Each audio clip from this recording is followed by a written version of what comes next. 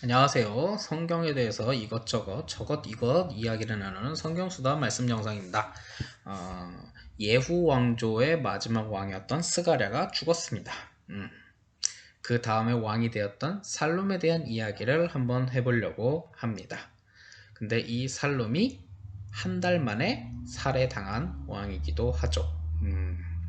솔직히 기록상에 보면 일주일 왕이 돼서 죽은 사람도 있기는 한데 한 달도 굉장히 좀 짧기는 합니다.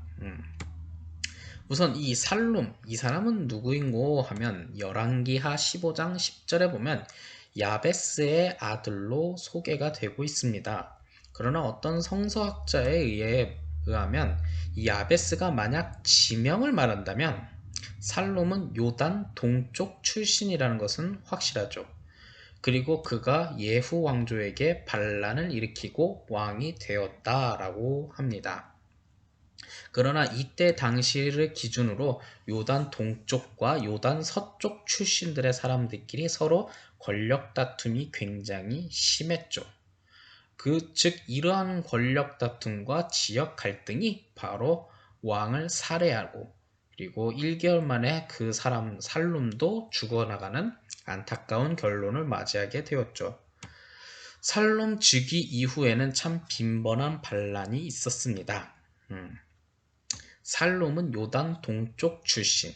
그런데 그 살룸을 죽인 무나헴은 요단 서쪽 출신.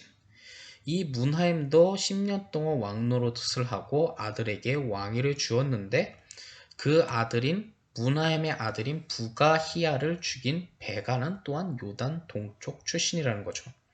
즉 뭐냐? 지역적인 갈등 체제가 바로 서로 왕을 죽이고 죽이는 일이 빈번하게 발생했던 겁니다. 즉 이것은 북이스라엘의 마지막 시대 후반기에 나타났던 지역 갈등이 왕을 죽이는 그리고 불완전한 사회를 만드는 하나의 요인이 되었다는 거죠. 살룸의 업적에 대해서는 특별히 할 얘기는 없습니다. 1개월밖에 통치하지 못했는데 무슨 특별한 업적이 있겠습니까? 그러나 살룸의 왕권은 사회적 갈등으로 대내적인 불안한 왕권이기도 했습니다. 이때 당시에 크게 사회적 갈등 요소가 세 가지가 있죠. 요단 동쪽과 요단 서쪽의 갈등, 그리고 친아시리아냐, 반아시리아냐, 거기에 따른 갈등, 그리고 애굽에 가까울 것이냐, 애굽에 반대할 것이냐에 따른 정치적, 외교적인 갈등이 있죠. 뭐 대표적으로 살룹이 죽였던 스가랴 같은 경우에는 아시리아와 친하게 지내는 명분이 있었습니다. 그러나 그거에 따라서 반아시리아파 중에 하나였던 살룸이 반란을 일으켜서 스가랴를 죽여버린 거죠.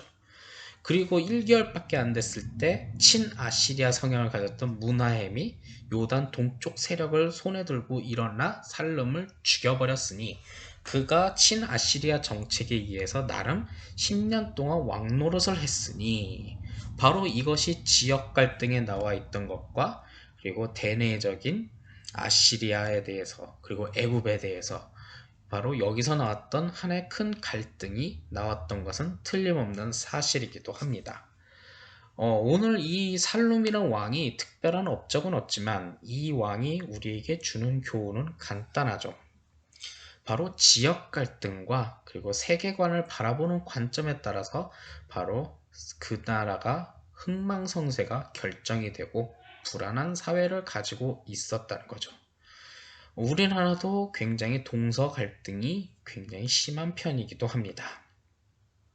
그리고 또한 강대국 사이에서도 굉장한 그 사이에 미국 편이냐, 중국 편이냐, 또 러시아 편이냐, 지중학적이냐, 일본은 어떻게 할 것이냐에 따라서 굉장한 큰 갈등 관계를 맺고 있는 것 같습니다.